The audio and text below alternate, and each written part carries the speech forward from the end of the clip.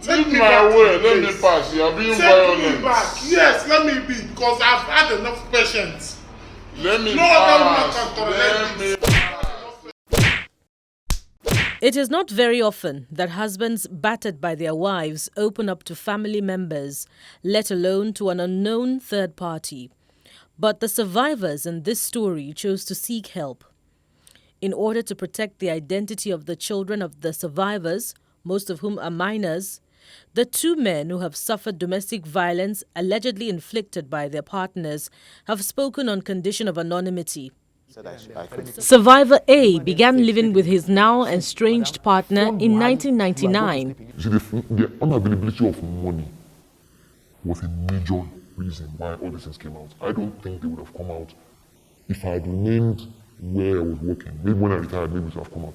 But the fact that it came out the way it did was because I didn't have any more money before. Things were so bad for me that even 100 naira was a problem at a point. Just to buy fuel into my car, then fuel was still like, you could still buy 100 naira fuel then, not now. So then I would need money to go back to the cyber cafe to just do one more brand to see if I could get a proposal into one company, hoping they would invite me to do training. So I would go to her boss and actually steal money from them. Money that somebody else gave her. Which she was just using to feed the baby. So I would promise, sometimes I used to be able to return the money. But sometimes if I didn't return it, it would be a real bashing verbally. So I took the money, I couldn't pay it back. She wanted money for something, I couldn't give her money. So as we were talking in the sitting room, she just slapped me. I said, "Are you crazy? Why did you start?" I slapped her back. As I slapped her back, next thing I had on my head was bow. I just saw blood. Survivor A describes his wife as vicious, who in her meanness had many times in the past instigated their children against him to the point of violence. Oh, they did something wrong. I can't remember now. They were rude to me or something. I was trying to discipline them. I wasn't even flogging them, but I told them to lie down. I was talking to them. But when they just got up, it was like they planned it. So they act. But they were punching. They were like, literally, I was just pushing them off like flies, you know. It was, what's wrong with you guys? And they were coming back at me. And the mother just stood smiling. And I was looking. So eventually, as I was trying to, they would rescue me to the ground. I would get up, it's my kids now. So I was trying to get up, and I just saw to the side of my eye, I saw the mother come behind me. And as I was trying to take my balance, she just pulled my leg from the back, and I fell over backwards. And I said, man. She now went outside, she was smiling. Survivor B fingers his estranged partner for taking their 6-year-old daughter to witch doctors many times for yet unknown fetish aims. And the reason I went to the police station is because before then, my child had explained to me about her taking her. My daughter's old enough to speak now, freely. She's 6. Taking her to a place where they put live catfish on her head. They killed the live catfish, and the blood they put on her head, her hands, and her legs. I took my child to church as well to go and pray, to deliver her from whatever they had done. People always say evidence of a child should not be admissible. But she did that the second time. This time to a different place, to a fetish person's place. I feared for my life, even I fear for my life now saying this. This time they killed the catfish on her head. Hands and legs, no different from the first time, but they went further. Put it on her belly button, and she was given the blood to consume. Survivor B here says by reasons of divine restraint, he never married his partner, whom he also accuses of physical violence. He is convinced that he may have been under a spell cast by her. I remember that I was called for a contract. I was very happy. I could have earned close to 5 million naira a month. I stopped by her place. That's the mistake I did. She cursed and said anything I go for will not work. And now we're driving. This has never happened before. How can a pipe inside the engine that supplies the engine just come off? And the fuel started leaking. So I saw the fuel gauge going down. I opened the bonnet to check everything, but because it was dry, I didn't see anything. So I told my friend who happened to be in the car to put on the engine. And the more you start the car, the more the thing will just fly up. and I had to look for a way to fix it. We didn't have enough fuel to get us where we're going to, and I didn't have cash with me to return back. The next day, the contract was cancelled. I went to a place another time. After cursing and cursing, I had a write-off accident, but God always saves me, no matter how fetchy she gets. Women are believed to be the weaker sex, and as a result require the love and protection of their men. But when men suffer in the face of violence inflicted by their partners and are docile in the face of it, one is wont to ask why. I was watching football that day, and she stood in front of the TV and said I couldn't watch. So I just sat down there. The next thing she came, she pushed me, and I fell back flat. My head hit the ground. I just held onto my head and I stood up, and I moved to another chair. I guess at that point in time, a lot of people would have reacted, but I did not react.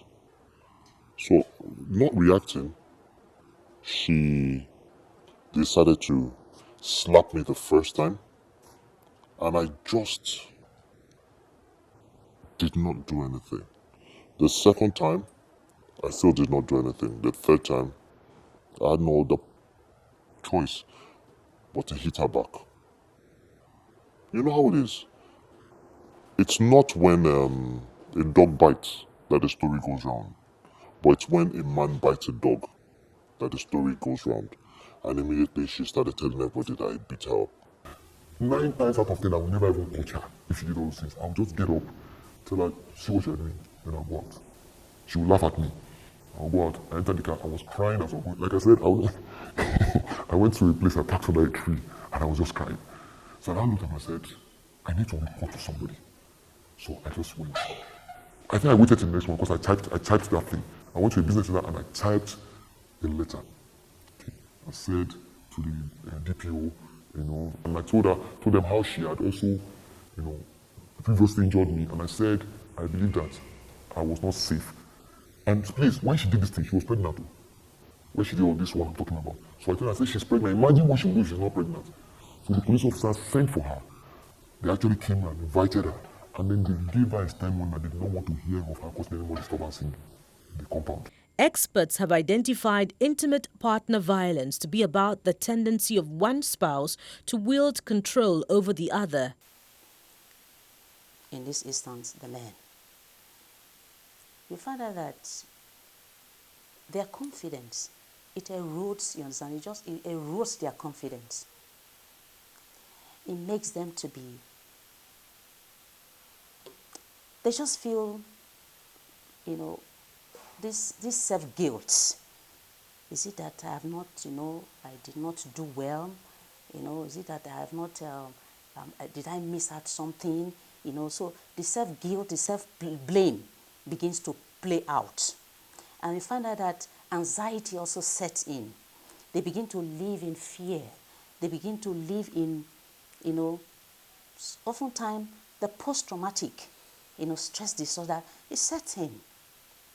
You find out that then they begin to be they become so dependent on the abuser.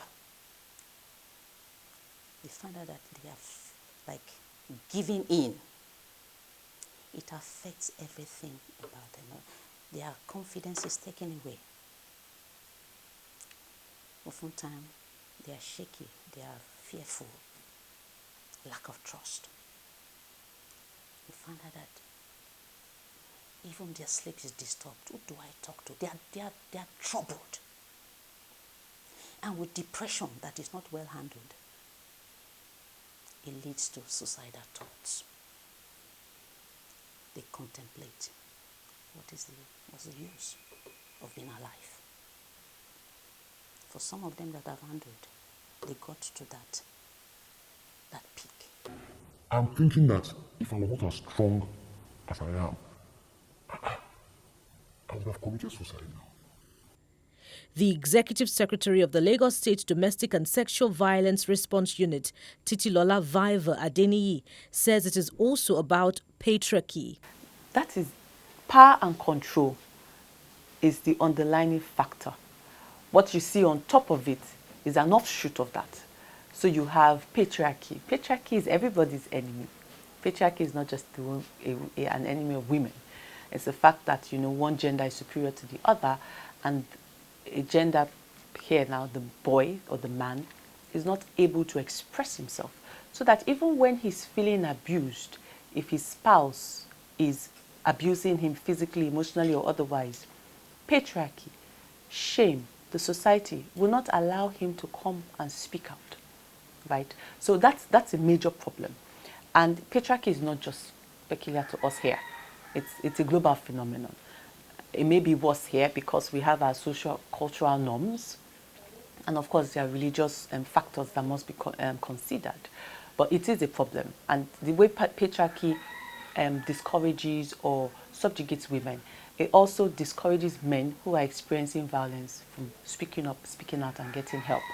I think gradually we're breaking the silence. Survivor A sought help from the DSVRT. How did his quest turn out? I have told this to Mrs. Vivo. I told her bluntly about the man at Kosofia office. Many of them are doing very, very naughty things. I went to complain. They are telling me I should pay for your phone call because you made phone call to call somebody I came to complain about. You do it first time, I ignore you. You do it second time, and then when I now give you her phone number, you say you call her, and then you start attacking me on the phone when I call you to ask how far. And then you slam the phone on me. That's one. Two, they are always talking about maintenance. And I told her, what am I maintaining? Am I maintaining a car? They will never focus on solving the problem. They are very interested in channeling you to begin to come and put money down that you begin to give to others you are using to take care of the family. Told them.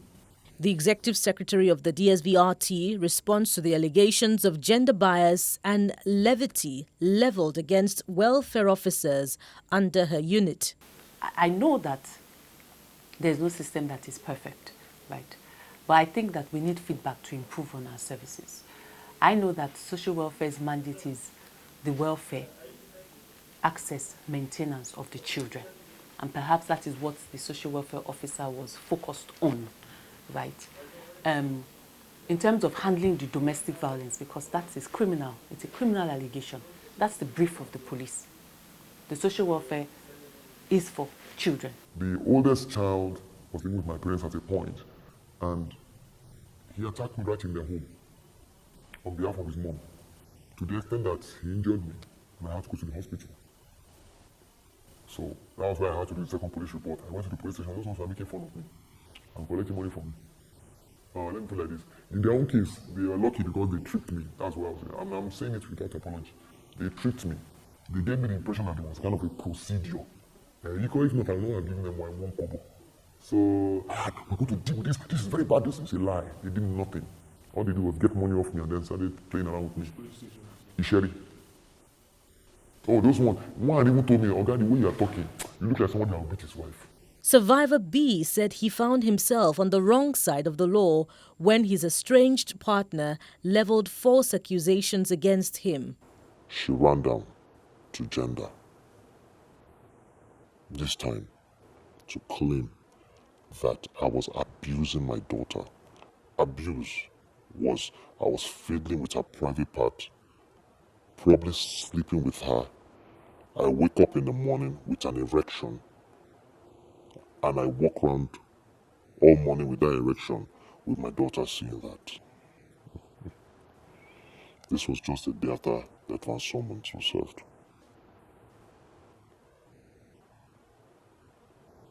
I cried because I knew the implication of this.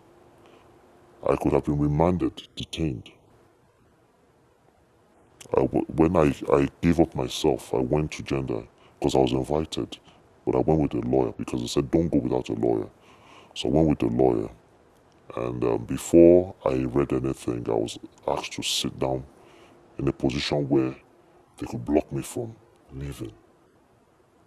And they said, first of all, Did you go with the lawyer? yes, I went with the lawyer. Okay. First of all, their boss had asked that I should be detained. Do these survivors feel that society denied them justice out of gender bias?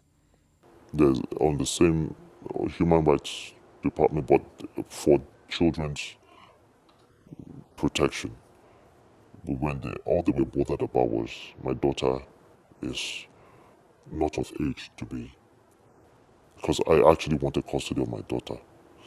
They said she was not of age. They were bothered about not of age more than absconding my daughter and taking my daughter through different sacrifices. Lord knows whether they want to use her for money ritual or anything. I don't know, and I cannot confirm. And that was my position. But nobody listened. They only were talking about, you can't take her away from her mother, she's too young. Look, for 1 year I was going to that social welfare. They will call her, she will refuse to come. For 1 year, the man eventually told me, Mr. Stavo, there's nothing we can do. She won't come. I think they see more opportunity for themselves in helping women. When contacted for comments on this report, the Nigerian police authorities in Lagos appealed for time before they could respond. Survivor A's wife refused all entreaties for a formal, on-the-record interview, but off-record, she insisted that her ex precipitated whatever transpired between them. If he thinks he put a wife that is stupid and big, he said, yes, I will not do anything. Did you pour hot water on him? Did you inflict injury on him? Did you cut his hand and then he was bleeding all over? All those things, he should tell you, he just telling you the BBC. He should tell you what he did and why those things was done to him. He should not just come and be telling one-sided story. In his own case, Survivor B was so afraid of the repercussions of involving his ex-lover because, according to him, she would take the fallout of the narration on their child who happens to be in her custody. In Lagos State, the Domestic Violence and Response Unit has in 2021 so far treated 69 cases of domestic violence reported by men, a huge reduction from the numbers turned in for 2020. As part of efforts to combat the rising cases of domestic violence, the Lagos State government has begun reviewing its Protection Against Domestic Violence law enacted in 2007. There are agitations that it should be brought in line with the Violence Against Persons and Prohibitions Act, VAP, which criminalizes violence against persons, whereas the Domestic Violence Law of Lagos State protects the rights of persons in cases of domestic violence. The Lagos State Protection Against Domestic Violence law criminalizes domestic violence by up to 3 years in prison. Many more men may be suffering domestic violence at the hands of abusive women, but would choose silence because of society's expectations, but even more so because of the agonizing and costly justice system. Amid all these, the stark reality is this: intimate partner violence knows no gender, and ultimately, a house divided against itself cannot stand. Bukola Samuel-Wemimo, Channels Television News.